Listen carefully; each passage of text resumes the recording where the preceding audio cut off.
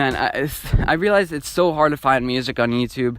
Not YouTube, just in general, just to find what music fits. Because I've been listening to music for like an hour trying to find the right song. And I think I've got it. I'm not sure. So anyway, welcome to BnA Weekly. This is a weekly series on my channel where I kind of talk about sports topics that you guys recommend, that I come up with.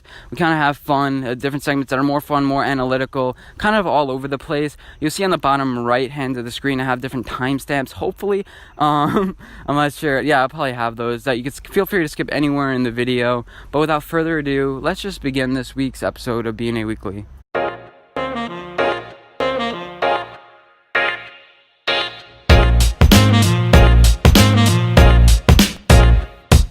And welcome to the next segment that I like to call Buyin It, as you can see by the preview. So, this is a series where I spend about a minute I spend a minute. I have a minute on the clock, and I talk about basically just any sports rumors, anything that people are saying in sports, like, oh, this team is good, this team is bad, this player is going to go this place, for example, or something like that. So let's begin. Let's start off with Zion. Is he not going to the draft? Is he not going to go to the draft? No, I think he's going to go to the draft. I think you saw when he got injured that, he's going to stay. He's going to want to stay and compete. That's the type of guy he is. I don't think he's the guy to not go to the team or not enter the draft. I don't think that's him. And I think he'd miss out a lot. I think he'd miss a lot more than people think, because Nike's not going to sign him. And imagine like another year in Duke. If something happens, he gets injured. It can only decrease his trade value. It's like NBA stock is really high right now, and you have to go into the NBA when you're ready. I don't think this is a Peyton Manning ordeal. Remember when he didn't want to go to the Jets, so he stayed another year in college. I don't think this is that type of situation. His stock is really high. It can't be higher in a sport like he's already proven to get injured. With Peyton Manning, he was kind of, when he was playing with Tennessee, he was still, he still had a little bit more to prove, and his senior year he ended up doing better, and I wouldn't take that risk if I was Zion. I don't think he's that type of character to do it.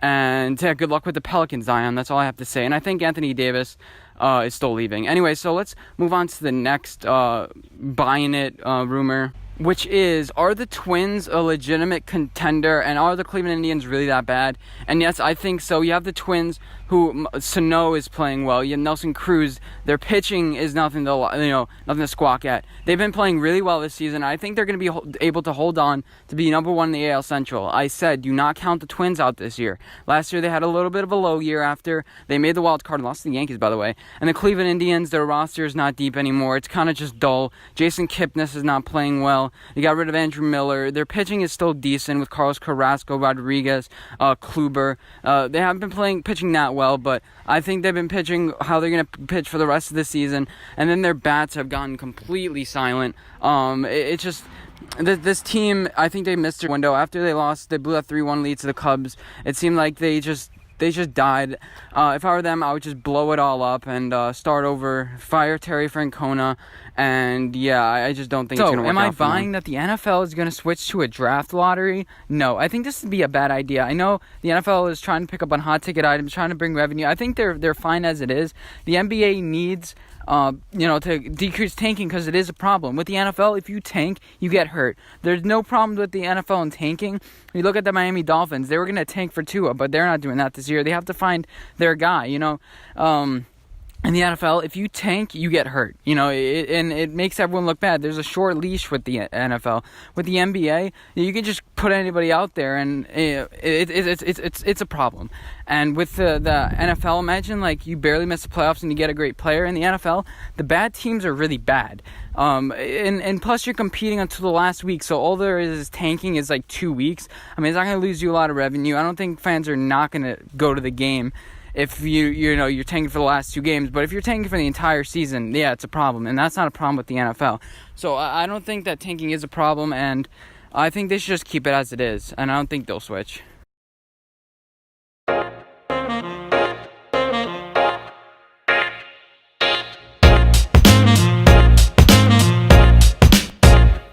Okay, this is a segment called Where Anthony Was Right, Where Anthony Was Wrong. I was thinking about including this into another BnA sports video, but I feel like I just want to brag about this for right now. Yeah, I held off until now. How the Jets fired their general manager, and now basically they weren't on the same page, at least with with the Giants, they're on the same page. The main thing is when you're making decisions, everyone has to be on the same page. You can disagree with certain things, but in the end, everyone needs to be line focused. Now, the Jets are on like their second general manager in 4 years or something like that. The thing is, with general managers, you have to have good relationships with everybody in the league. You have to have teams that are like, you know what, I'm going to give you a good deal. I wouldn't have done it, but I like you.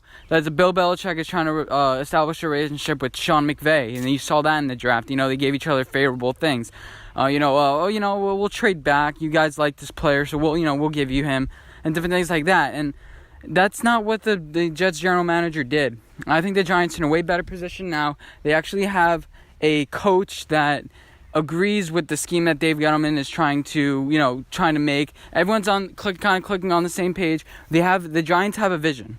The Giants have a vision. Now, the Adam Gase, He'll deal with Le'Veon Bell just as much, but there's so many different philosophies. You have Adam Gase that likes that 2 or 3 running back class. He had Kenyon Drake and a couple other guys that kind of bounce off each other. A third down guy, a guy that can hit home runs. Different things like that. Now with the Jets, especially now, they got rid of one of their running backs, so now they really only have like 1 or 2 running backs. I think they got rid of Crowell. And now he got injured on the Oakland Raiders, but that doesn't really make any sense. But like I said, the Giants are in a way better position than the Jets. The Jets are an inept franchise. That's why they haven't won a Super Bowl in 50 years. The Giants, they here and there, but they got rid of all their locker room problems. The Jets, they clearly added more locker room problems. I like Ja'Kai Polite, but they didn't have a goal going into the draft. You had teams like the Seahawks that only had 4 picks, and they turned that into 11. The Jets, they had 6 picks, and what they turn that into? It still remains 6 picks. Anybody could pick Quinnen Williams, but it takes special teams like the Colts, the Patriots that know how to have a game plan going into the draft. They aren't scared, and they end up picking some good players. Eventually, drafting best player available doesn't really get you far because you need that depth. You need the 3rd, 4th round depth that gets you championships, like the Patriots have done. Seems like they pull wide receivers out of nowhere. Teams like the Seahawks, remember in 2012 they were considered one of the worst drafts. That type of thing. You need depth. You can't be all stars. The Rams are a little bit of an anomaly, but they still had depth going back years and years from being really bad. And they combine that with new stars that they got this year. And the Jets aren't in that position yet. The Jets spent on free agents, but they don't have that depth they don't have that depth as far as the draft goes. They don't have any depth at all. That's why they've been playing really bad. And they're going to continue to play bad. That's why I said the Bills have the best chance to dethrone the Patriots. They have better coaching. They have better GM. And they're all on the same page. They're all on the same page. And, the Bills have proven they have some confidence now. They've beaten some teams. The Jets are inept.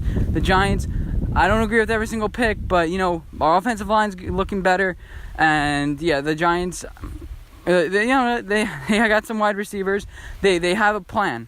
You can see that now. It wasn't clear before. Again, right before free agency and the draft, you don't really want to give too much away because, well, if you say, we're going to pick this guy and this guy, it would ruin everything. But that's what I was right about. Time for where I was wrong. Miguel Andujar officially shut down for the season, and when he came back from his injury, he was horrible. He started the season off pretty strong, but man, I got this completely wrong. I thought this is the year Miguel Andujar really broke out because the Yankees said this would be his year. Last year wasn't supposed to come out, but due to some unforeseen circumstances, he ended up coming out. And wow, I did not expect this from Miguel Andujar. I thought, he'd be a top 2, top 3 MVP candidate this year, and now he's getting surgery. He's shut down for the season. As far as the move for the Yankees, I think this is a good move. You have Urshela, who is filling up the role pretty good, and it seems like whoever you bring up ends up playing really well. So you might as well just call it a year for Miguel Andujar. Now, don't keep on trying to bring him back. I think the Yankees will be just fine without him. Because we have been fine without him. We've also been fine without Judge and Stanton, but those guys need to come back. Miguel Andujar, you will be missed, but I think with Torres, DJ LeMahieu, and all the other players that we have at depth, I think he won't be that missed. But I was definitely wrong about him being an MVP candidate. When he did play, he wasn't really playing that well. Now it's partly because of his injury and partly because, I don't know. I think it's mostly because of his injury.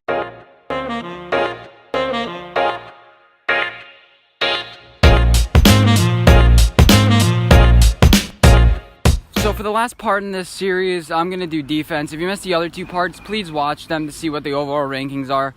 Or you can just watch this one through the entire way, because I'm going to give you guys a recap at the end, and we're going to do some fun stuff, compare it to like power rankings and different things like that. So let's just start. As usual, it's the S, A, B, C, D, and F tier. S being 7 points, A being 5, then 4, 3, 2, 1 for F. So let's just start off with the S tier, because we have a couple of teams, and I think these teams are the Bears, Bills, and the Cowboys. Bears, I don't think they lost much from last year. Kind of replaced everyone who they lost, and Clinton Dix.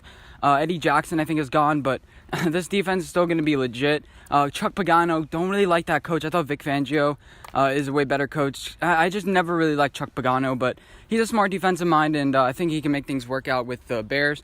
The Bills got Ed Oliver, and plus you have a lot of returning guys. Truman Emmons was really a stud last year. He really came along and showed why he was worth a first-round pick. And just a bunch of leaders on this team. Hopefully they're going to replace Kyle Williams' leadership. I made a whole video about that. I've talked too much about the Bills, but I really like this defense. And finally, we have the Cowboys. You're going to have to pay people in a couple years, but for now, you have all the right pieces. Jalen Smith. You have that linebacker. I forget his name. And then you have Lawrence on the defensive line. Just really good studs. You're missing a couple people from last year based on PD suspensions, but I think they're still pretty good.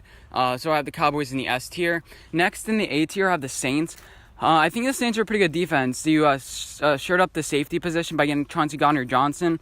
Your corner's a little bit weak. Kind of wish you would have drafted one of them, but they didn't have a lot of draft picks, so that was their fault. Then you have a stud linebacking core, Marshawn Lattimore. He's one of the best in the league. Defensive line, still strong, like last year. This defense should wreak some havoc. The Ravens, they took a step down from last year. They would have been S tier, but I think they really took a step down. Eric Weddle is gone. A bunch of Terrell Suggs gone. They added Earl Thomas, I guess, but I have questions about their linebacking core. They might need Shane Ray. It's just a bunch of guys. They may end up playing well, but for right now, a lot of them haven't proven themselves yet. That's why I'm kind of skeptical about them. And next in the A tier, we have the Jaguars. Telvin Smith is going to be a huge loss again. They probably would have been S tier if Telvin Smith was on the team. I know it's just one player. It shouldn't make that big of a difference, but I think it will. Because that signifies, this team kind of not being together, I don't think. Then you guys got Josh Allen. You stole him, another number 6 overall pick. Many expected you to take TJ Hawkinson, but that was a good pick. You picked the best player available, and he was the best player available. Smart choice. Jalen Ramsey, AJ Boye on the corners, and that defensive line needs a little bit more help, but I still think Jaguars are an A-tier defense. Next, I want to mention the Vikings, because I still think they're a really good defense. They didn't lose much from last year. Anthony Barr is still on the team, and you added a couple draft picks that I think were really good. The Vikings have a smart coach in Zimmer, and it's just a bunch of all-stars on this team. Not a lot of left, kind of getting a little old, but I think that the Vikings are going to return as one of the best defenses this year. Kind of took a little bit of a step back last year, but I think that they're going to be pretty good. The Browns, I think they're A tier. You got rid of Jabril Peppers, but he wasn't playing that well, and you added Olivier Vernon. That's pretty good. Then you had a Greedy Williams. Then you have another corner, Denzel Ward. Sheldon Richardson you have now. I think that you got from the Vikings, actually. And, this team is really good. This defense is really good. And we'll see if they can mix with their offense to do something pretty special this year. Something, historical. Many people are counting them out like I am, but we'll see. And then finally, in this group, we have the Chargers. Their defense showed out last year. Joey Bosa got a little hurt, but their safety core is good. Pass rush is good. Corners are but they're good enough. And the Chargers are an overall good defense, and that's why they did so well last year. And for the B tier, we have the Patriots, Steelers. Both of them, just the Patriots, they would be C tier on with any other defensive-minded head coach. But, Bill Belichick is going to be the defensive coordinator for the first couple games next year, and that gives me the utmost confidence in this defense. The Steelers, Ryan Shazier, they got his replacement in Devin Bush, that they think at least. You have a pass rush with TJ Watt. And the crew, I don't know who else, but TJ Watt's the main guy pass rushing for them. Devin Bush will be pass rushing too, obviously. And then their corners, their secondary has always been a little bit of a weak spot ever since the Troy Polamalu era. But I still think this defense is B tier. They're not C tier, but they're a championship defense. Anywhere below C, I don't think is a championship defense. Anywhere in B and above is championship defense. The Colts, a little bit of a weak secondary, addressed that a little bit in the offseason, pass rush got better. Now you have Darius Leonard, Justin Houston. I want them to get Ndamukong Suh to help them out. They need a couple corners, but I think this Colts defense will build on from their success last year that made them win a lot of games. The 49ers, they have a lot of talent on the defensive line. They can't figure it out. And then they don't have a lot of talent in the secondary, and they can't figure it out. I mean, come on. I think you need a little better of a secondary. You have so many players on the defensive line, D Ford, Eric Armstead, DeForest Buckner, Solomon Thomas, Nick Bosa now. I mean, there's just a bunch of guys. You have to make it work. Come on, guys. This team could be A tier, but I'm dropping them down to B. Next, the Redskins. I think they have a lot of talent. Ryan Kerrigan, Josh Norman, Landon Collins. Just a lot of guys. Plus, their draft class was pretty good this year. I think that the Redskins should be a B defense. I think that many teams are underrating them and their defensive talent. I mean, this team was one of the best defenses last year before everything kind of fell apart and they kind of lost confidence. But I think this is a really good defense. I really do. They got rid of Clinton Dix, but they replaced him with Landon Collins, so I think they're going to be fine. Next, we have the Eagles. Weak in the secondary. Didn't address it in the offseason that much, but strong defensive line, pass rush, that should maybe counteract it. I don't know. Malcolm Jenkins is gone. He's on the Patriots. Michael Bennett, is gone. He's on the Patriots. And the defensive line is always good. You have Fletcher Cox. He's always going to show up, show out. This defense is pretty good. They're obviously they're a championship defense. This is about the same tier. If they can get it together, this Eagles team can be kind of special this year. The Packers, a lot of young talent on this team. They have a chance to get to A tier this year, but they've over the past 3 drafts, their top 10 picks have been defense. So they're trying to do the Seahawk way, kind of build defense through the draft. And yeah, so I think the Green Bay Packers, I think this is the year they all pop. You got Adrian Amos now. You have Preston Smith. You have a lot of players that I think will just play good this year. You have a bunch of talented guys. Plus Rashawn Gary is nothing to sneeze at. You got your safety now. I think this is your year. I think this is the year for the defense to pop and Aaron Rodgers to finally play well. Next, not finally play well, we get the point. Titans. Vrabel is a really good defensive-minded head coach. It kind of makes this whole team come together. A little bit of a controversial pick in the first round with Jeffrey Simmons, but I still think that this defense is going to be really good. A little bit weak on the corners, strong defensive line, but kind of a gritty-minded team, and I think that they'll play really well.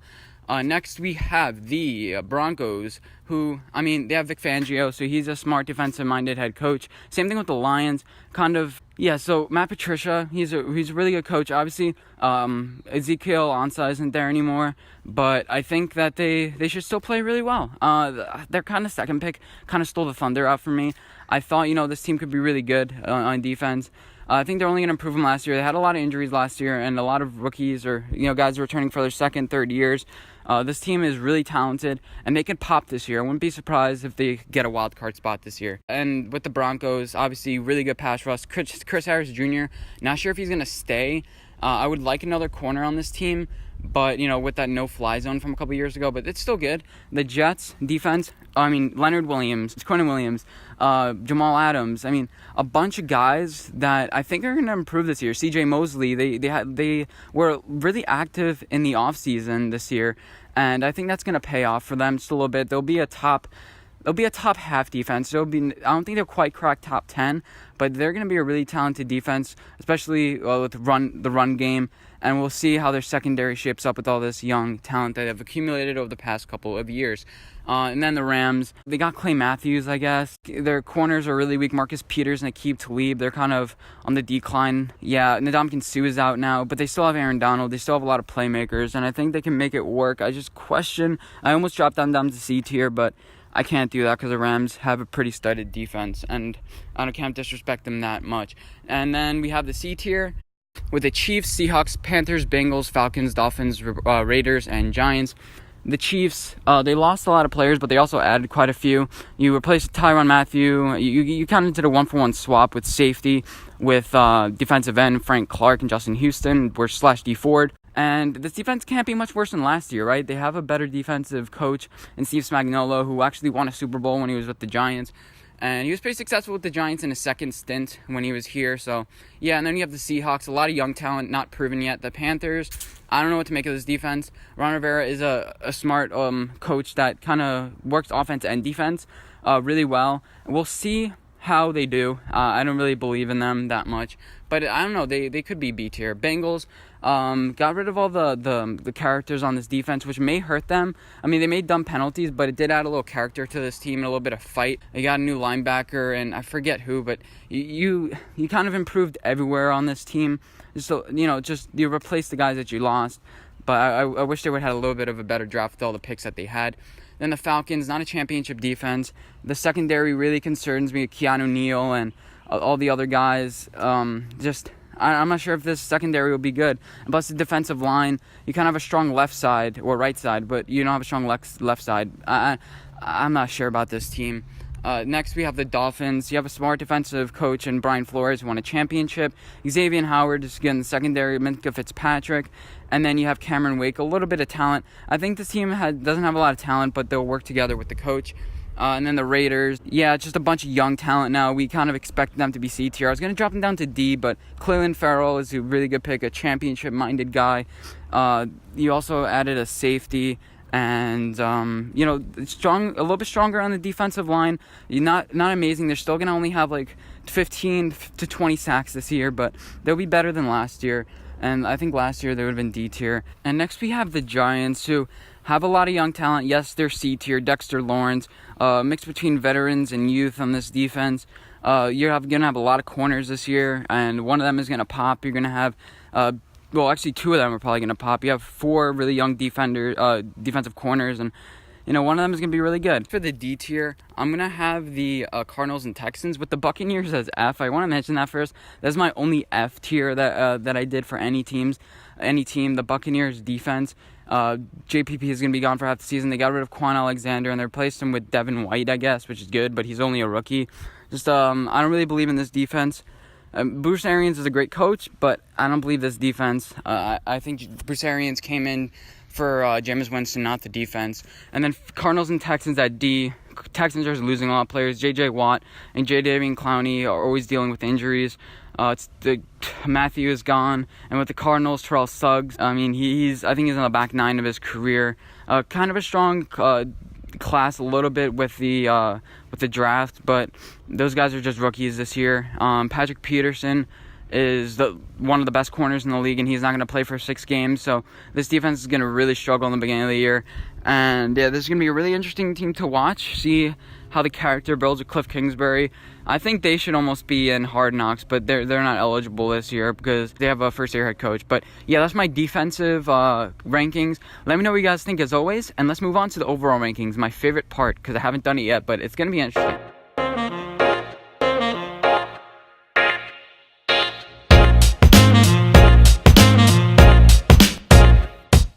Alright, and finally, here are my top teams. So I'm going to do it by division, starting off with, obviously, the NFC East, because I'm a Giants fan.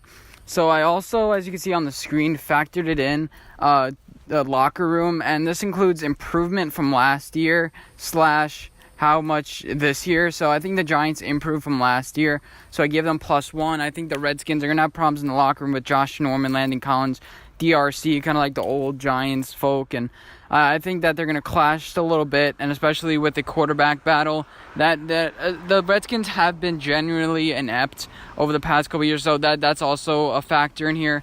So like ineptitude as far as togetherness, and I didn't include in this like strength of schedule, experience, things like that, because that has strength of schedule kind of, but I wanted to keep it a little bit more pure. And plus, with experience, that only really comes in the playoffs. So these are just the best teams on paper. I didn't want to do, this team has a better playoff experience. This team has a history of winning. This team, there's so many factors that you can do, like home field advantage. Does this team have home field advantage? And how many points is that? So it would have gotten really, really confusing. But as you can see, the Giants have 11 points. The Eagles are actually number 1 in the division, because the Cowboys, I'm going to take away, I'm not going to add a point to them based on, I think this whole contract dispute is going to get in the way a little bit. The Cowboys team, whatever can go wrong will go wrong. So that's why I have them not gaining a point, not losing a point either, because it seems like their coach Garrett can just make things better, I guess. So, and then now the Redskins losing a point. So the final rankings for the NFC East are as follows. You have the Redskins at the bottom, then Giants, Cowboys, and then Eagles. So I have the Eagles winning the division. I may do this. I'll bring this list up and other lists up when I'm making predictions, my official predictions. So I kind of have a baseline. Obviously, these things kind of shift, but not too much actually. Not too much. There isn't that much evidence that will make me believe in Carson Wentz even more. Maybe a contract signed or different developments in the locker room will add and subtract these points. That's why I kind of added them towards the end. Next, we have let's do the NFC North. We have the Bears, who had 15 points based on their ranking, and then I'm giving them a +1 based on, I was going to do +0, but then I realized that Khalil Mack really has this team kind of grouped together, especially on defense. And I think this team's all pulling for each other, especially since the Cody Parkey thing last year. They have a new kicker now. They have a whole bunch of rejuvenation and confidence. Not really momentum, but yeah. So next in the division was surprise because I had the Vikings. Believe it or not, I had the Vikings, and I was gonna subtract a point or two just so I can be right in the final standings. But I'm gonna keep this as it is. They have the coach quarterback. I had Cousins a little higher, so maybe that had a little bit of an impact. But damn, the Vikings, I had them as a top 5 pick in my mock draft, where I mocked what the season standings would be. But dang, second place, if they can finish second place this year, I think it would be a success. And next I have the Packers. Matt LaFleur really hurt this team. They have the quarterback and defense, but I don't really believe in the coach for this team. I don't really believe in the coach for this team. Yeah, it's really difficult for me to believe in him. But he may prove me wrong, and that's why they would go ahead, is because the coach is better than we think, you know. But I also have Aaron Rodgers as an S-tier quarterback, so I don't know. But next we have the Lions. I had a lot of hope for this team in the beginning. Then their draft kind of just was a little bit of a dud. And I don't know. The Lions, they have the kind of coach quarterback. I'm not sure if they fit well together. That's why also I didn't decrease anything, but you know, the tension may arise in this locker room. Kind of about them. So yeah, they're going to be in last place, but I can also see them being really great based on their strength of schedule and yeah, how things end up falling out for them. Next, I want to mention the NFC West. I have the Seahawks on top in this division because coach quarterback and then a decent defense. I give them a C for defense because it's young. Frank Clark is gone. It's going to have a lot of youth. Don't really like their draft that much, but I still believe in this team. I don't think I would ever have believed in this team. It's incredible what they have done. The 15 and plus, they got rid of their locker room problems, so I gave them a point. Next, I have the 49ers, who I'm going to subtract a point because I would expect it to add a point. I would expect this to be the opposite between them and the Rams. I would have expected last year to subtract a point for the Rams, add one for the 49ers. But John Lynch and Kyle Shanahan, I keep calling him Mike Shanahan, but they aren't on the same page. And I think you have a lot of talent on this defensive line. They're going to compete, but I think it may ruffle a couple of feathers what goes on and who gets picked, and Jimmy Garoppolo, I think this could explode. You have Richard Sherman in the locker room. I don't know. George Kittle is going to have to figure things out. But the Rams, you know, they got rid of Ndamukong Suh, and now a lot of their stars are going to leave. So now Jared Goff is the guy, and they're going to have to stick with him. Sean McVay, the smoke is cleared, kind of, in a way. And it's going to be them too. That's why I'm adding a point for them. The locker room is going to be a little bit strong for them. And then the Cardinals didn't really add anything because I think I should have decreased it too because Patrick Peterson, the whole thing, Terrell Suggs, kind of had a lot of character into his locker room. But I don't want to do anything because Sean McVay proved me wrong last year. So for the NFC South, the Saints are actually on top. I would have the Falcons on top of my regular standings, but that's the way it turned out. I didn't add anything to them. I was going to add experience to them, schedule, like I mentioned before, but I don't know. The Falcons didn't add or decrease anything there. The tensions may arise with this defense. It may get a little dicey. I feel like it may get a little dicey if things don't really end up and who's to blame for this defense. I'm not sure about this Falcons team. So next I'm going to mention the Panthers, who actually are tied with the Falcons. I was surprised about this. I really do believe in their coach. Cam Newton was really low in my rankings, but I'm actually kind of high in them because it's the coach.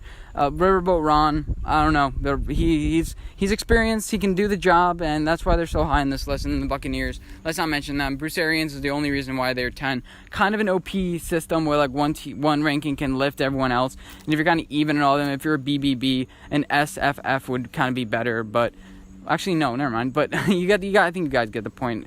I didn't add anything to their locker room because I don't think they're going to have a good locker room this year. I think Bruce Arians will straighten things up, but yeah, I don't really want to add anything. Patriots, coach, quarterback, defense, it's kind of expected. The AFC East is kind of a mirage.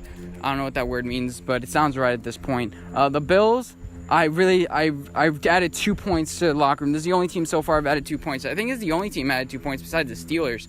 Now that I'm looking at it, I'll mention that later. But the Bills, Allen, don't really believe too much. McDermott, okay, but defense, oh my God, this defense can lift this team to even the division. We'll see though. We'll see. 17-16. Next is the Jets. Coach quarterback is kind of rough. But and the defense, I think, is going to start forming up to shape. You have a mix between youth and talent on this team. Leonard Williams, Quinnen Williams, they run a 3-4. So I wonder how that's going to work. Are they going to put both of them on the line, or I don't know how that's going to work. The two guys up on the line, I think it'll wreak havoc. Kind of a little questions about your linebacking core. You guys kind of needed Barr, but C.J. Mosley should do a good job there. And plus, you have some great safeties and some great corner depth that you developed. Jamal Adams is great. So next we have the Dolphins. Sadly, I don't really believe in their coach. Their quarterback is still yet to be seen. I think he's a decent quarterback. I think he'll develop into a B or an A, BnA, down the line. But yeah, right now I don't really believe it. But I think Mike Flores kind of lifts this team up. That's why I added one for their locker room. Their defense is decent. Xavier Howard, but they need more talent rather than like Micah Fitzpatrick and Xavier Howard in the secondary. They need a little bit more talent up in the front, like Robert Quinn. Cameron Wake is still there, I think. But yeah, so that's what I think about the Dolphins. Next is Steelers. Steelers are on top, followed by the Ravens, who actually added a point. I'm surprised. A lot of teams I think aren't going to do too good to you this year. Actually ranked high in my rankings, and it may be because of strength of schedule or certain other things that I counted just biasly. But this is on paper. Remember, this is on paper kind of things. That's why I try to add the locker room into it, a little bit more of a human element. So I subtracted a point from the Browns because that whole thing, Colin Cowherd, Baker Mayfield, Odell Beckham Jr., I don't think that's like a rallying call. I think that's just going to be a distraction. Hopefully Freddie Kitchens can figure things out. I was tempted to put 0, but Freddie Kitchens hasn't dealt with this yet, which kind of gives me skepticism. That's why I decreased a point, but I think he may be able to figure it out. And then finally the Bengals, they have decent corners. But Vontaze Burfict is gone. Offensive line, don't really agree with. So this is about right what I would say. So the Bengals would be in last place in this division. Okay, so now we have the Colts, BAB. That was their ranking. That's their code name. And one of them was the CBD. It's just like, yep, that makes sense. NFL, yeah. So anyway, that was the Texans in this division. So the Colts, coach, quarterback, defense, all really good, A and B tier. Nothing much more to say about them. The Jaguars, 10. I gave them 10. I subtracted 1. Telvin Smith is gone. I think Tom Coughlin, the whole thing with him, Jalen Ramsey, kind of friction a little bit. Don't really like that. That's why I subtracted a point from them, and that's why the Titans actually go ahead of them. And yeah, so Vrabel has that system going. I think I ranked him a little bit high in the quarterback, the coach rankings. Now looking back at it, but have a really strong defense. Kind of just mediocre all the way. But again, if you're solid all the way, we can kind of build on each other, I guess. And like with the Tampa Bay Buccaneers, they had just a great coach, but bad everywhere else. Sometimes a bad coach can lift everything, but you're never too sure. And then finally, last, Texans, their defense sucks, and that kind of decreases all of it. And plus, I don't really believe in their coach, who's like a mediocre coach throughout his entire career. Not too great, not too bad. That's why this team is not as high. And finally, with the AFC West, we have the Chiefs actually in number 1. Coach-quarterback combo is great. Their defense kind of lags behind a little bit, but they added Frank Clark, added Tyrann Mathieu. This defense can't be much worse than last year, believe it or not. That's why I gave them a C ranking, as you saw before. And even Patrick Mahomes will figure something out. There's a bunch of talent out there in the world. They'll piece something together. They'll work something out. Mahomes, air raid, they'll figure something out. I really do believe that. The Chargers, they have Joey Bosa. They have Nasir Adderley that's in the safety position, along with, I forget who, but this defense was an A-tier defense. Coach is all right. Quarterback is great. This team should be competing for a Super Bowl this year, and it shows in the ranking. Didn't really give them many points in the as far as locker room, but it doesn't matter. I think the Chargers they're good. They'll band together. They're not like, I only added points if it was like a noticeable difference. This team doesn't have any problems in the locker room, but the Chiefs do. That's why I decreased a point from them. But I think they're going to get things started out. I just decreased a point just for the hell of it. And the Broncos, Vic Fangio is there. They had a lot of fun with the Bears last year as a D coordinator. I think Bradley Chubb is now going into form with Von Miller. And this locker room is going to be great. They got 10 points +1, but the Raiders got -2 based on Vontaze Burfict, Antonio Brown, Trent Brown, money, egos, Las Vegas. I'm not sure about this. And that's reflected in the points. Plus, their strength of schedule is really hard, so that's probably going to decrease them too. But obviously, I didn't account this. So these are the best teams on paper. And yeah, so now that we have all these, we're actually going to combine them. And here is a full list. Oh my God, this is going to be a lot of work. I'm just recording this. I haven't even done all the editing. Man, this is going to suck. But here are all the rankings of all the teams based on best to worst. So this could be a little bit of a mock draft simulator if you guys need it. I got you. Don't worry. I put in all this work.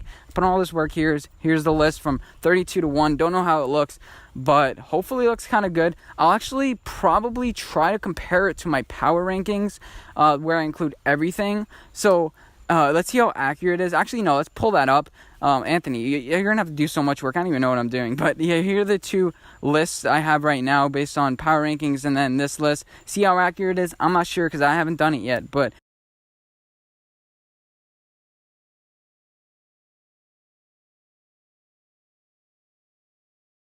so based on these rankings, we find some things are a little bit interesting. So first of course, the Patriots are number 1. Then the Chiefs are a little bit higher than what I would have had them normally. But, the Bills are really high on that. And these are about the playoff teams I'm actually expecting this year. The Steelers win the division.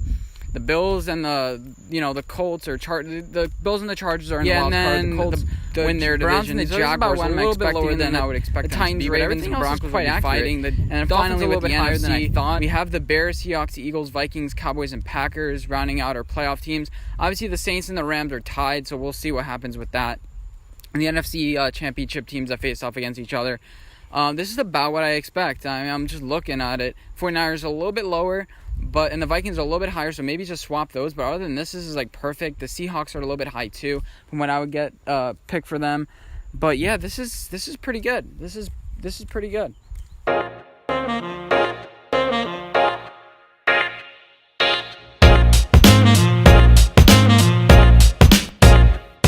We're going to do a little tier system like people have been doing. So number 1, like the best teams, and number 5, like not even close. And also, so I want to update. So I'm going to throw up on the screen my top 5 things I look for in a World Series team, whether they can be successful.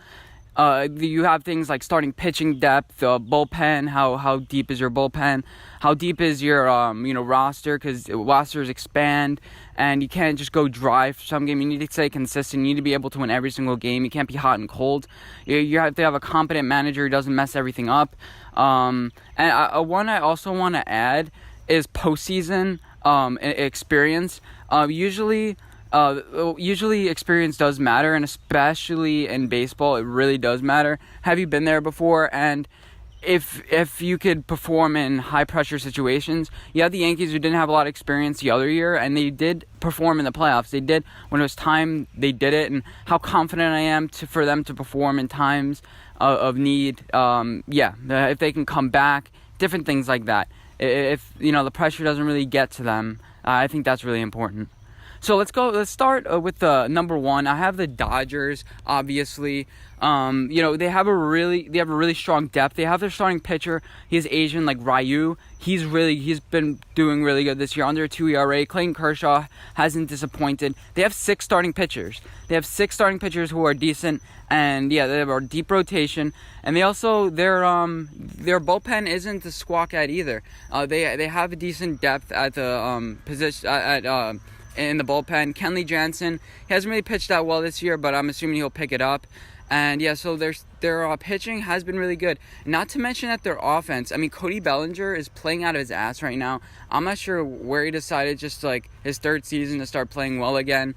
Max Muncy is also batting pretty well this year, for catcher at least. Corey Seager, Justin Turner, these guys are just raking. Jock Peterson hasn't really caught off to a good start, but these guys are expected. I think they're going to cool down, but I also think their pitching is getting much better too. They've been there before. They have a lot of experience. Their manager is great. Everything is just great, and that's why I have them number 1. And they're the only team in that number 1 tier. because, a tier ranking that's popular now. Next, I have my fringe tier, which include the Cubs, Phillies, and Cardinals, and I have them ranked 10, 12, and 13. That's how tight they are, but they're still really far away from the Dodgers. The Cubs have actually impressed me this year. I thought this would be their make or break year, and I didn't really have confidence in them going into this year because I was like, they kind of underperformed for the past couple years. I thought they would just kind of fall out and die, that type of thing, but they're still playing pretty well. Anthony Rizzo is playing decently. Javier Baez is back to MVP runner-up form. Chris Bryant hasn't played too well, but I'm expecting him to rebound just a little bit. He's playing about normal. And yeah, so your pitching has actually been pretty good this year. Over the past couple years, it kind of... with their pitching, John Lester is actually pitching really well this year. His ERA is 1.16. Kyle Hendricks, Cole Hamels, Jose Quintana, Yu Darvish. Yu Darvish has actually been struggling, and I think he can only play better. I mean, this Cubs rotation, if they can remain healthy throughout the year, I think this would be great. The main question I have them is their bullpen. You can't really rely on their bullpen too much. It seems like they've been giving away a lot of games. So yeah, the Cubs, pretty good. The Phillies, Bryce Harper needs to get things going. That's all I need to say. If he can get things going, he's batting .220. I mean, we thought in the beginning of the season, like, oh yeah, it was just a fluke last year and things like that. Now he has a contract, he's home. He's gonna need to start playing better. The Phillies are number one in the division. I think they'll stay number one in the division, but I have real questions about this team, legitimate questions in their bullpen, their pitching, everywhere around. I'm not too confident with this team. And the Cardinals, that rounds out the tier. I think the Cardinals are playing pretty well this year. Paul Goldschmidt, he's kind of been on and off the entire year. One day he goes 0 for 4, the next day he goes 3 for 4. And it always seems like when he goes 0 for 4 for a couple of games, his batting average remains .250. I don't know why. He's batting .270 right now. Their starting pitching is decent. I wish it could be better. Adam Wainwright is getting a little old. Dakota Hudson, Jack Flaherty, and Miles McCullough round out their starting pitching. Miles has been their star pitcher this year. He's been their number one. He's their go-to. He's their shutdown guy. But he has those games where it's just like, okay, So their starting pitching. They don't have their guy. They don't have their Justin Verlander, which is concerning to me. Their bullpen is pretty good. I mean, Andrew Miller I thought he'd be the be-all and end-all. I thought he would make them a championship team. He is their go-to guy. But you look at his ERA, and it's, I think, 5. It's nearing 5, or it's above 5. I'm not sure, but their bullpen has been a concern. I mean, as much as their bats go, they remind me a lot of the Yankees. They score 14 runs one game, and then they score 0 the next. It's really on and off for this offense.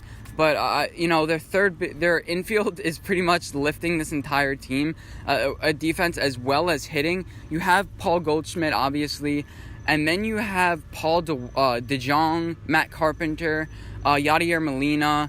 I mean, those guys are breaking this year completely. They're destroying it, as well as Jose Martinez in right field. He's also playing really well. And Dexter Fowler has done a good job filling in at the outfield position. So next, I have my tier that's... I'm not going to mention the rest of them when I start going down. I'm going to start mentioning them less and less. The Brewers, main question, starting pitching. If Christian Yelich can get it going, that'd be great. Travis Shaw has been struggling, but Aguilar, he's been picking up this entire team. Questions are starting pitching. Can they do it? They proved that they can do it last year. I have a little trust in them. I have a little bit more faith in them than I do with other teams because they have proven to do it. Next, I have the Braves at 24. Freddie Freeman, Nick Markakis are names that come to mind. And Ronald Acuna Jr. is in second year. He's been on and off. He hasn't played as well as I think his expectations were, but he's still strong nonetheless. Your pitching, it's decent. It's not great. It's about average. Next, the Mets have great pitching, but it's like the opposite with the Braves. Their bats are just awful. I mean, Robinson Cano, he used to be my favorite player. He's batting .250, which I guess is decent, but he's no longer that 300 guy. I think the Mets made a big mistake in taking up his contract. I think the Seattle Mariners, look how good they're doing this year. They're about have the same average, and people thought, oh, why would the Mets give away their star reliever and their star batter? They wanted to bring up those guys that they had in their farm system. The Mets, I don't really try. I mean, they made it to the World Series a couple years ago, so I guess they can do it. But their starting pitching is pretty much all they have. It's ride or die, and injuries happen. It seems like with the Mets, everything is always freak injuries, and I have them ranked 37. Before them, I have the Padres, Tatis Jr. I think they're a little bit away. They don't have a lot of playoff experience, which is, I think, gonna hurt. Manny Machado's only made it to the playoffs like once or twice. Same thing with like Mike Trout. We haven't seen if he can. Last year he actually did really well. Sorry about that. With the Dodgers, he actually played really well in the playoffs, which I think could help. Their pitching is a major concern for me. Whether they could take them into the playoffs. That's why I have them at 35. And then Nationals, Rockies, Pirates. Pirates and the Diamondbacks have really surprised me this year. I thought they'd fall off of the face of the earth. But Josh Bell has played really well. I don't even know anybody in the Diamondbacks. I know people, but it just seems like they're the young team that's kind of just playing well together. Kind of like how the Rays did last year. It's like nobody on the team, and then all of a sudden they're playing well. They still have Zach Greinke, I guess. But, Diamondbacks are playing pretty well. But I assume that they're going to level off towards the end of the year. The Rockies, Nolan Arenado hasn't really performed as well as his contract suggests. Nobody really has. The 3 main new contracts that were signed, kind of underwhelming. The Nationals have great pitching, but I mean, they're just a bad team. I thought they would at least win like 85 games this year, but they're on pace for like 70. So the Nationals, I don't think are going to really do anything this year. But they have the amount of depth. I think they have the experience. You have Soto. You have some really young players that are mixed with some older veterans. Max Scherzer is obviously good. This team is kind of... I think they're going to return to average. I think them and the Diamondbacks... I think they're better than the Diamondbacks. It's just that up until this point, the Diamondbacks have just won the games. And the Nationals are kind of underperforming this year. And, that's pretty much it. The Giants and the Marlins rounded out 95 and 100. They shouldn't be mentioned. They can't win the World Series. As far as, like, when my World Series bubble ends, it would probably end after the Brewers. I don't think the Braves can win it this year, so it probably ends at about 20 for me. And let's go on to see what they're ranked at. Start off with actually the Dodgers and the Cubs having about the same value as the number 1 favorite. I think this is a really good value for the Dodgers. Even though the Dodgers are playing out of their ass right now, it's proven not to be a fluke. I'd almost wait for the Dodgers to start playing a little bit more poorly and the Cubs playing a little better, because I think that might happen, because the Cubs have been a little hot recently, and the Dodgers have been hot too, but wait for the Dodgers to cool off and wait like a couple weeks, I would say. But I still think it's a good value bet here. And I would honestly wait for the Cubs a little bit more too as they subside a little bit and the race gets a little tighter, because I think that will naturally happen throughout the season. You have Phillies at 6-1, and I think this is a good value. If you look at their starting pitching rotation, Nola is their weakness, and he's 4.86, and he's still 3-0. He's been getting a lot of run support, but I think Nola is going to start pitching well as the season wanes. Jake Arrieta is having a rebound season. Zach Eflin, their number 1, has 2.47. Vince Velasquez, I think he's injured, but they've had a lot of pitching injuries. The 2 other top 5 starters are out, but I think they're gonna get healthy. And if you wait a little bit, the Phillies, I think record's gonna slump a little bit. Before Bryce Harper starts, I think, coming back up. I think this is a good value at, I think 8-1 is more of their value right now, if you can wait for that. It's just a lot of waiting, I would say. Wait till the season goes on and see some value. Milwaukee Brewers, I don't think this is a good value. 7-1. If they were like 10, if they're like 12-1, 15-1, I'd say, take the risk. But, Christian Yelich, he's been playing pretty well. I mean, Aguilar has been playing pretty well too. I don't think the Brewers are a good value at 7-1. I just don't. I think they're in that tier where it's just like they're almost there. They're in the bottom of that Super Bowl bubble that I mentioned before. The World Series bubble. I like saying Super Bowl bubble. That's why I always get those confused. Next, we have the Braves, and they're 10-1. Don't think it's a good value. I have them underneath the Brewers. I don't think they can make the World Series. 10-1. If a team that I don't think can make the World Series and is right there, I think a good value would be like 30-1. I don't think that's good. The Cardinals, they're at 10-1 too, I believe. Yeah. Like I said before, their starting pitching, I think is a big question where it can take them through the whole entire playoffs. I'm not sure. I'm not sure about that right now. People are doubting them though, so I think the 10-1 is a really good value bet. I had them going into the season as World Series champs. I think their bats can heat up in the right time to play really well. And Andrew Miller hasn't been playing really well. So if he can get his head out of his ass, I think the Phillies can be the Cardinals could win the World Series. Next, we have the Mets at 12-1. Don't think this is a good value bet. They have the pitching, but their hitting has gone really dry. They can have that like summer of '85 miracle again, but I don't think it's this year for them. I've seen some people projecting them to do really well. They're a 500 team right now, and they might not even make the playoffs. So it's not a guarantee that they make the playoffs. So I'd hold off on them. The Padres, I'd wait. It's 18-1. I just think their youth and experience can't take them to World Series. Youth doesn't really play that well. I mean, unless you're the Royals, that freak accident. But they had a really, really good bullpen starting rotation. The Padres pitching is kind of off. So I don't really believe in the Padres. Next, we have the Colorado Rockies, Arizona Diamondbacks, Washington Nationals. I have all these like quasi like teams that I'm like, oh yeah, better luck next year. Competitors and name only teams. I would say the best value, just looking at it real quick, is honestly if you pick the Reds. I know Joey Votto hasn't really playing good, but he's 150-1. That's a bad bet. The Pirates at 40-1. I don't like any of these. I really don't like any of these picks to make it. I just think you're just gonna waste your money. Honestly, you have those top tier teams. The best value I think are gonna be your Phillies, your Cardinals. And wait on a couple teams like the Cubs and the Dodgers to see how they play. Up and now, there's 3 tiers I generally go by, and when I'm talking about American League, National League, and bets that I'm gonna start doing. So there's the top tier, good value. That means these are, it's a good team and it's a good value. These are the top guys, and they're valued for a reason, and I think you should go with it.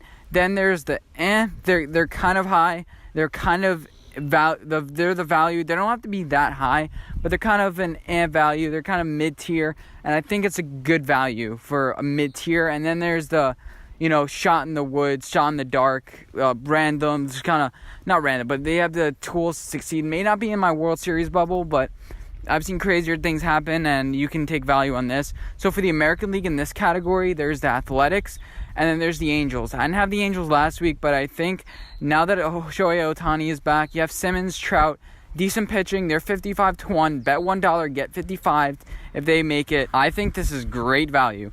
Same thing with the Athletics, 30-1. I don't see any sort of value like this in the National League.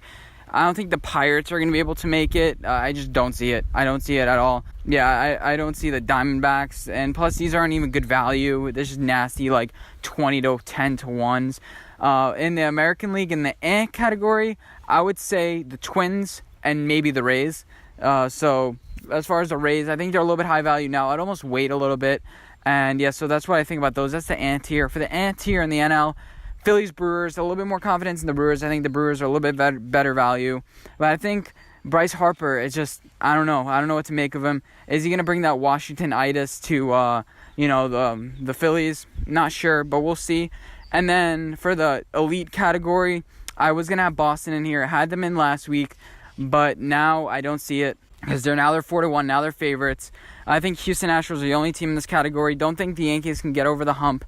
They have the right pieces. They have everything that's going on, but it feels like something will go wrong. It feels like every single year something will go wrong for the Yankees. So I think the Houston Astros are in that category. And for the elite category and the National League, I'd say the Dodgers. I think this is actually a really good value, too, for what they're valuing at. About the same as the Cubs.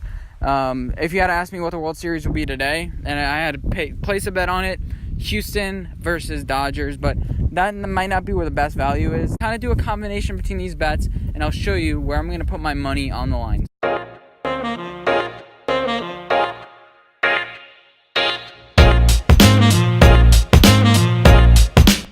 This is the moment you all been waiting for. So I'm only going to do 5. I've already placed some bets earlier. I had the Cardinals versus the Angels as one of my bets. A $1 bet got me $2.30. So I think that's a really good value if you ask me. So I'm going to lock the Astros in, and I'm going to bet the Brewers and the Cardinals. The Cardinals are a really good value. Brewers I don't think are in good value right now. But their starting pitching is holding up, and I think this would be a pretty good matchup. I'm not betting them in the Dodgers. Instead, I'm going to hold the Dodgers, and I'm going to bet them versus the Athletics, versus the Angels, and versus the Twins for great value there. Again, this is best value bets, not what Anthony's actually think is going to happen. So these are my bets, only 5 games, and you can see on the screen what the odds are and what the potential payouts are. So bet as you will. I'm not saying to bet, but if you want to, great for you. I'm the one going to lose money on this, but it's an investment. It's an investment for the segment, and I believe in myself. And again, I'm probably going to bet $1 or $2 on each of these, but if they happen, it's a pretty good payout.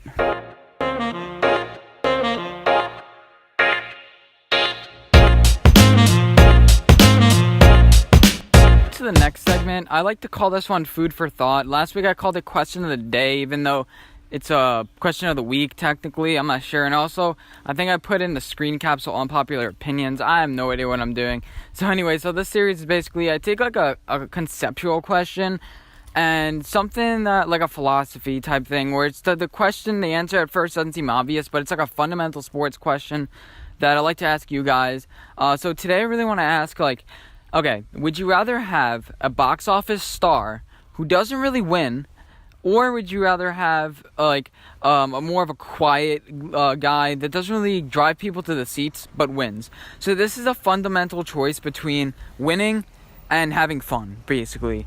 But I think having winning comes with having fun. You know, you have fun when you win. I mean, there's obviously scenarios that you don't have fun. Like Jason Kelsey said about the Patriots, you know, we have fun here. And then all of a sudden when the Eagles started losing, you don't have fun. You know, you can't have fun and lose. You can have fun and win, but you can't have fun and lose. And what drives, I think, people to the seats, it's not just a box office star. It's also your team actually has to win. I mean, you could have a good time. More casual fans can be like, you know what, we didn't win today, but at least, you know, some things happened. It was kind of fun. And you could say that. But when it comes down to it, you're going to have to win. This is a choice between Eli Manning, who's kind of quiet, you know, Daniel Jones type guy who I don't even know what Daniel Jones sounds like. You know, people didn't even know what Patrick Mahomes sounded like until he started talking. It's like, wait a minute, this guy's weird. Or would you rather have like an Odell, kind of a diva, an Antonio Brown, somebody who, you know, get people to love and hate your team? And that's what sports is about. It's about love and hate. You need a mixture between the two. But, you know, with different sports, it changes. So with the NHL, you need to be a team guy. You know, if you're not part of the team, people are just not going to pass the puck to you. People are not going to pass the puck to you, and then kind of the whole team hurts, and that's not a really, you know, that just doesn't work. And with the NBA, you could be stars. You can all have personalities, because eventually things just work. But we saw with Philadelphia, you know, having a bunch of personalities sometimes doesn't work. You're gonna need somewhat of a team camaraderie. You need a box office star, obviously, but egos need to be met, especially with basketball. You have a lot of personalities. With football, it's the ultimate team sport. If I'm an offensive lineman and I'm protecting your blind side, I'm a left tackle, and all of a sudden I just, you can run past me. I don't give as much effort. People get hurt. People get seriously hurt and injuries happen, and it's just brutal. So with the NFL, everyone needs to be on the same page. I mention this all the time. Everyone needs to be on the same page. It doesn't help to have box office stars. If you're winning, people will show up. With the NFL, there are only 16 games a year, so it's not that dramatic. But you need a team locker room to win. And with the NFL, 1 or 2 guys can drive people to the stadium, like to say, hey, I saw Peyton Manning, hey, I saw this guy. Basketball, hey, I saw this guy. There's always going to be that with every single sport. But football, you need a team, and for you to win, you're going to need some certain team. And the small markets aren't going to be able to, attract winning culture. So sometimes they need to be like, hey, let's get a couple of stars. Let's get a couple of controversy. Let's get people into the seats, because we're not winning now. Let's get people into the seats. So it works like that. And in super medias like the Los Angeles, like your New Yorks, like your Chicagos, you're gonna need some talent too. You need some stars too. And I feel like both of them are kind of stuck in this battle. Like, we need stars to bring people to the seats. But then your mid-tier markets, you're kind of Philadelphia may be considered a high market. Your Miami's. Your Golden States, San Francisco's, you can get away with whatever you want, whatever you like. And I think that it's a detriment to just bring in stars and a bunch of talent, because you're almost forced to. And I'd rather have a team that wins, just me personally, rather than like a big star. I mean, I remember those games with Odell when with him and Josh Norman. I felt that. I felt his emotion when he was fighting Josh Norman. I felt that emotion, and it was amazing to see. But there's nothing more valuable than hoisting that Lombardi Trophy. I know it's kind of like, okay, you're going to get those moments every single week with Odell. You're going to get that emotion, and that's only for the week, and then you end up losing the game against Carolina. You end up losing the game against Dallas. I'd rather win. I'd rather play into January and February, and especially with football, it doesn't really work too when you have a lot of stars. With the NBA, you can kind of get away with it. With MLB, Barry Bonds and Kent, they were on the same team and they had fisticuffs. They were fighting. I mean, it doesn't really. Baseball, it's you and the pitcher. It's you and the pitcher. That's it. There's no interaction with teammates. You can get away with low team chemistry and a bunch of stars to bring box office players, but not with the NFL. And I think, especially with the NFL, I'd rather a team that wins, because there's nothing, trust me, to all you Jets fans, to all you Vikings fans, to all you Chiefs fans. Chiefs have had minor success recently, but, to all you guys, there's nothing like, I'm telling you, the Giants haven't won the Super Bowl in 7 years. I still remember the feeling when, the ball is in the air with the Patriots, and that ball hits the ground, 0 seconds on the clock, and we win. So that's my opinion. Let me know what you guys think in the comment section down below, because it seems like now people just want to see, I've just given up on winning altogether, because it's like, it's such a rare chance, and they just want these stars. And that's what the Odell trade. It's just like, how are we going to replace Odell's popularity? Giants fans want to see us win. They're used to us winning, at this point. Well, and we haven't won a couple years too. They're sick and tired of Odell and all the antics and things like that. So I think I'd rather win. That is blasphemous. That is blasphemous. And welcome to Worst Take of the Week. If you didn't pay attention to ESPN First Take this week, it wasn't really them that had a dumb take. This guy has this certain take. There's 5 certain teams that are going to be competitive this year. It's disrespectful to the Browns. Like, Stephen A. Smith has a rebuttal to this I'm not going to play, but they haven't gone to a playoff game in 2002 and all of a sudden they're going to win the Super Bowl. I mean, come on. They don't have the coach. I say the main components of the team, you have to have a strong locker room fighting for the same cause.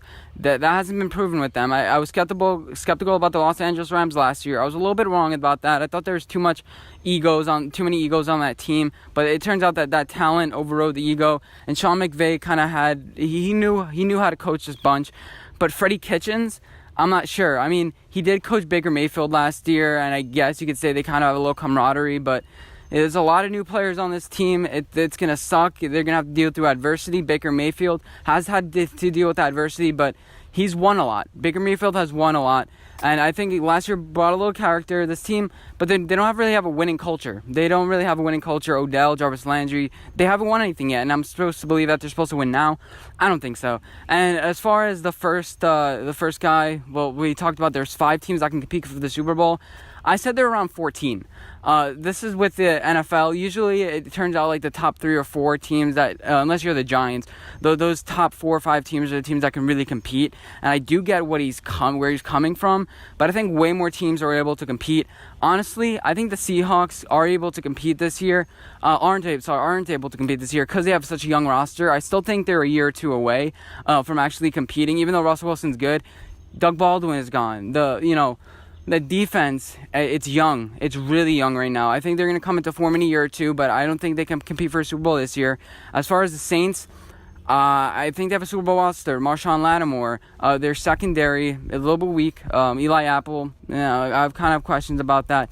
But, their defensive front is actually really good. I think they have a championship defense, but the whole season's really going to ride on Drew Brees' right arm. He turned 40. He turned 40 now, and he's showing signs of decline. I'm not sure. Michael Thomas is his only wide receiver now. You have Alvin Kamara, Mark Ingram left. I think they're going to have a tough time this year. The Patriots, I don't know what to make of them. They have a lot of young talent. They kind of remind me of Seattle this year with an experienced quarterback. Even though Russell Wilson's not as well as Tom Brady, I think you still get the point. I think this is the year where they could lose the division because they're really vulnerable as far as their youth and them developing these pieces to be Patriot-like. They had their Sony Michel last year kind of developed to that player, but Yeah, that was one player. Now they have like 8 or 9 rookies that are going to be playing. So we'll see. We'll see if they can develop. The Patriots know what they're doing. The Eagles, I agree with their Super Bowl competitive team. You have the coach quarterback. Secondary is a huge weakness for this team. I have questions about the Super Bowl defense, but obviously they see something I don't. Their corners, I think they should, definitely, I don't know. But anyway, so the Chargers, I believe they're Super Bowl bound. I actually have them in my Super Bowl right now. Don't really have a history of winning, but I think, like the Washington Capitals, backs against the wall. I like picking these sort of underdog teams to finally break out. Usually doesn't happen. I still have a lot of questions about the Chargers in that first game against the second game against the Patriots, but they've proven they can win now. They had a taste of victory. They know this team has had playoff experience already. A little banged up last year. Weren't fully healthy going into the playoffs, really. A little bit banged up. They were kind of healthy. Joey Bosa just came back. But I think this year, especially with their draft picks, Jerry Tillery, Nasir Adderley, I think that this team is competitive. Other teams I would add, Kansas City Chiefs. The Chiefs signed a running back yesterday. I don't think that's their make or break. I don't think now they're Super Bowl contenders. But I think that the Chiefs, they have the right management. The team didn't really have a history of winning. Last year they tasted it, and I think this year they're going to be just as strong. Patrick Mahomes going into his second year, teams are going to have a little bit more tape on him. But I think he's going to be able to play really well. He still have a strong offensive line. Every piece is still intact. You have Frank Clark. You signed Tyrann Mathieu. You didn't really lose that many pieces on defense. You lost Eric Berry, you replaced him. You lost D4, you replaced him. The only real loss is Justin Houston. And how much of a difference is that going to be? Yeah, they would have made the Super Bowl last year if it wasn't for D4 jumping off sides, and now he's not on the team anymore. So there's that. You got to fix this locker room. That's the main thing. I think you get rid of Tyreek Hill or try to trade him. You fix up this locker room so you guys can actually compete against good teams. And now they know what it's like to win, so they have a taste in their mouth about that. And other teams I think can compete. The Steelers are still not bad.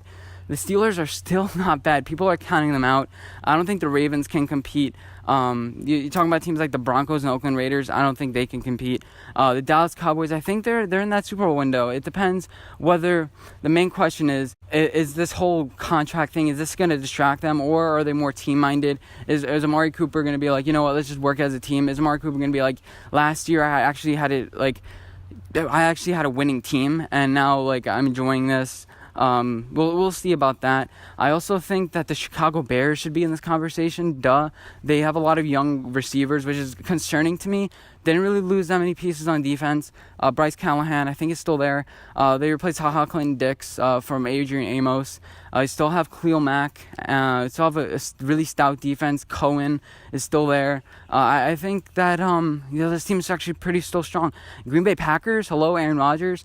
New head coach. Kind of concerning to me. I mean, there are questions about every single team. There's no team where it's just like, oh, this team, there's no Tampa Bay Lightning, there's no Golden State Warrior. Even the Tampa Bay Lightning even lost. There's no Golden State Warriors in the NFL where it's just like, oh yeah, this team is obviously going to win. But it seems like the Patriots always win. But, the thing about NFL, anything can happen. And the thing is, with NBA, the best team usually wins. You're looking for the best team. The NFL is just like, what are the matchups?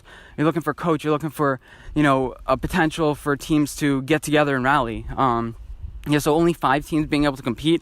I mean, it's probably going to be right, but it's not going to be for the right reasons. There's still going to be teams that are going to surprise that make it to the AFC or NFC Championship game. I mean, nobody's picking the Vikings and the Eagles a couple of years ago to make it. I mean, there's always going to be surprise teams, and all of a sudden, then the Patriots end up winning. It's like, I told you, there's only 5 teams. Well, if one of those 5 teams is right, I mean, they're 80% odds that one of those teams is going to win the Super Bowl, probably. But it doesn't mean that the other teams aren't going to be able to compete for it. It doesn't mean that there's quasi-contenders. I still think the Falcons can compete. I still think the San Francisco 49ers can repeat. Just got to fix their secondary up a little bit. They need to figure out their defensive line. I think they're going to be able to. They have the coach. They have the GM. They have everything together. A little bit of fray, but there are definitely a lot of teams that are going to be able to compete. Not to mention the Colts. We forgot the Colts in all this. Again, a weak secondary, but they're only improving. Justin Houston they got in the offseason, and they signed, I think, Funchess, another target for Andrew Luck. And the question about this team is performing in the playoffs. Andrew Luck is 4-4 in the playoffs, but he's gotten there. He's had, like I said, a lot of regular season success. I'm not sure if the segment was before or after this, but I mentioned how Andrew Luck is a little bit overrated. He's not I don't think he's a top 5 quarterback, but I don't think he's a bottom tier quarterback. And there's still a lot of teams that are going to be able to compete this year. And I think the Jaguars are right in the fence. I just don't think they have the locker room, and I think that's it. Telvin Smith is out. I think that's a deal breaker for me. But yeah, this is my worst take of the week. Definitely let me know which teams you think are in the Super Bowl bubble. Again, I had a Super Bowl bubble video, and I think I did a BnA Sports Talk on it. I'll probably link in the description if I remember to, so you guys have a general idea of what I think. And I think this is the worst take of the week. This guy may be right in the end. Yeah, there definitely aren't 5 teams that are going to be able to compete. There are going to be like 2 or 3 teams like the Falcons or the Green Bay Packers where it's just like, well, I was not expecting them to compete this year. And then they end up losing in a heartbreaker. It's like I told you where they weren't able to compete. Yeah, that's just the ping pong ball of NFL.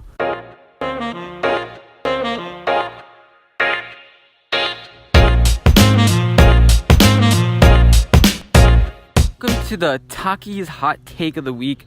This is a segment where I basically just get mad at somebody, some team, some take for some random reason, and yeah, it gets pretty heated. But we'll see about this one, how heated it gets, because I really want to talk about Andrew Luck. Now, I don't have a problem with the Colts as a team. I think ever since they got rid of their coach, who's now actually a defensive coordinator for the Bears, I don't really love this hiring because I think Chuck Pagano is just like he doesn't get it. He's one of those don't get it guys. And I think this is going to eventually be a bad move for the Bears. And when he was with the Colts, nothing really fit. You know, it didn't seem like the team could get over the hump. And that was kind of a trend this year.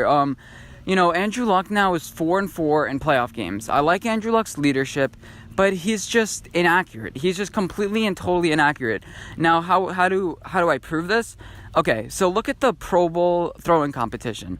This is the simple test of accuracy. The more accurate you are, the more targets you hit. And I'm going to play a brief clip of this. Now, in that clip, you see not Aaron Rodgers. Andrew Luck was more inaccurate than Adam Thielen. You know, this is a true, accuracy thing. I know game situations are a little bit different, and he's been a little bit more accurate in game situations, but this is pure accuracy. You can say, Anthony, it doesn't really matter. It's just, they were just having fun. It's a fun thing.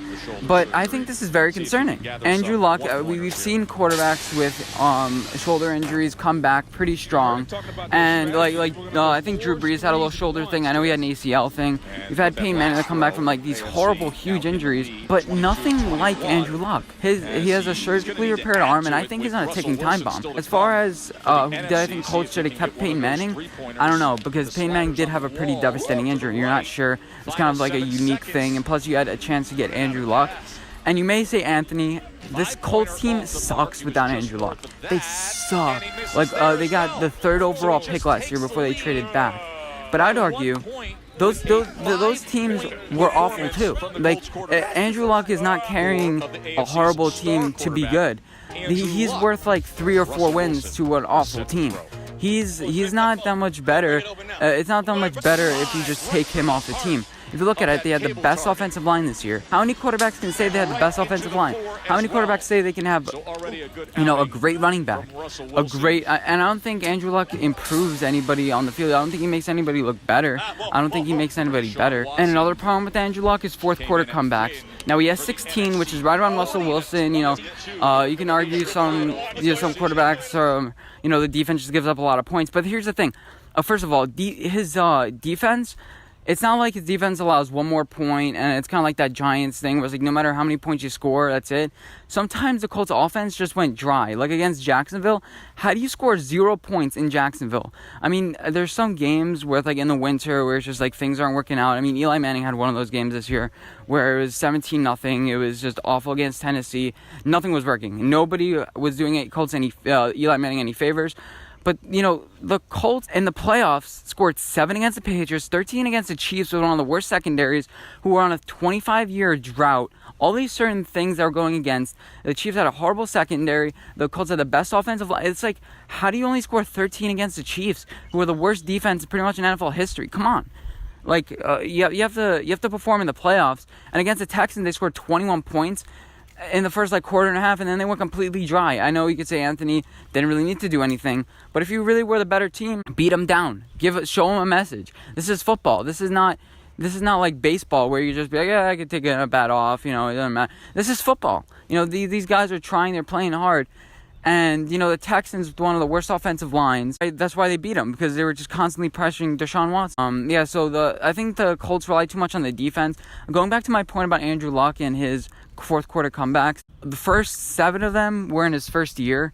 After that, he's only had 9. And last year, his 3 comeback wins were against the Raiders, the Dolphins, and the Giants. The Giants were tanking.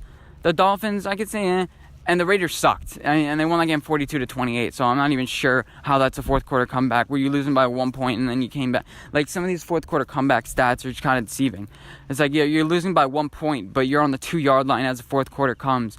And all of a sudden, that's a fourth quarter comeback. No, that's not a fourth quarter comeback. I'm not sure the scenario in that game, but you don't beat the teams that you're supposed to beat. When was the last time they had a big game and they won it? You look down the line, and last season they started off and they lost so many tight games. Now, what I like about them, they have a nice culture. Against Houston Texans, they lost that game pretty much on purpose because they're like, we're going to go for it. We're going to go for it on fourth down. We're not going to rely on our kicker, which is, you want to rely on your kicker a little bit. You want to have a kicker that you rely on for long field goals, but, they have a nice culture there. But Andrew Luck is just, I think he's a little overrated. His accuracy suffers. He's kind of a dink and dunk guy. He's a dink and dunk guy that throws a lot of interceptions. How does that work? He makes the right plays. I know it's a good scheme fit, but I think Andrew Luck is still a little overrated. What has he done? He's gone to 1 conference championship and he lost it. He's played 6 years in the league now. He's made the playoffs a lot, but he hasn't done much. He hasn't performed to a level that constitutes the first overall pick. Well, he has, but he hasn't gone above and beyond. If he retires in a couple years, he's not making the Hall of Fame. And you would hope that your first overall quarterback would do that. I think this is a telltale year for the Colts. Their strength of schedule is not easy, and it's not hard. It's like bottom 30, like let's say a third of the league. But they play against the NFC South. They play against the, I think, AFC North. Oh, no, they play against the AFC West, sorry. And obviously they have to play their own division, which is a little tough. I don't think the Houston Texans are going to be as good, but I think the Jacksonville Jaguars are going to be a little better. But yeah, you're going to have to beat those teams. They've struggled a little bit in division recently with recent years. And you as Andrew Luck, you're going to have to make those big plays. And you're going to have to win some games. You have all the pieces now, and this is your year.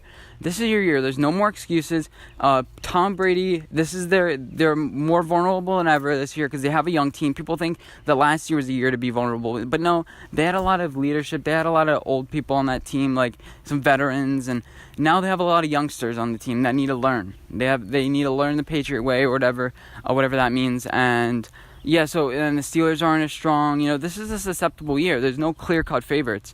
And Andrew Luck is going to have to make a difference. He's going to have to, bear down, and, make some big plays. He's T.Y. Hilton. He has all the weapons. Marlon Mack's going into the second year. Now he's a better defense. Justin Houston, Darius Leonard's still there. A little bit weak of a secondary, but you got the guy from Temple as a corner. And you're the team to be beaten now. You're the next, people say you're the next Patriots. You have Colin Cowherd calling you the next dynasty for 8 years. People forget, Andrew Luck is like 30, 31 years old now. He's not a spring chicken anymore. He's had an injury history. And yeah, so let me know what you guys think in the comment section down below. Is Andrew Luck a little overrated, or am I just overblowing this? I definitely would like to hear your opinion. And yeah.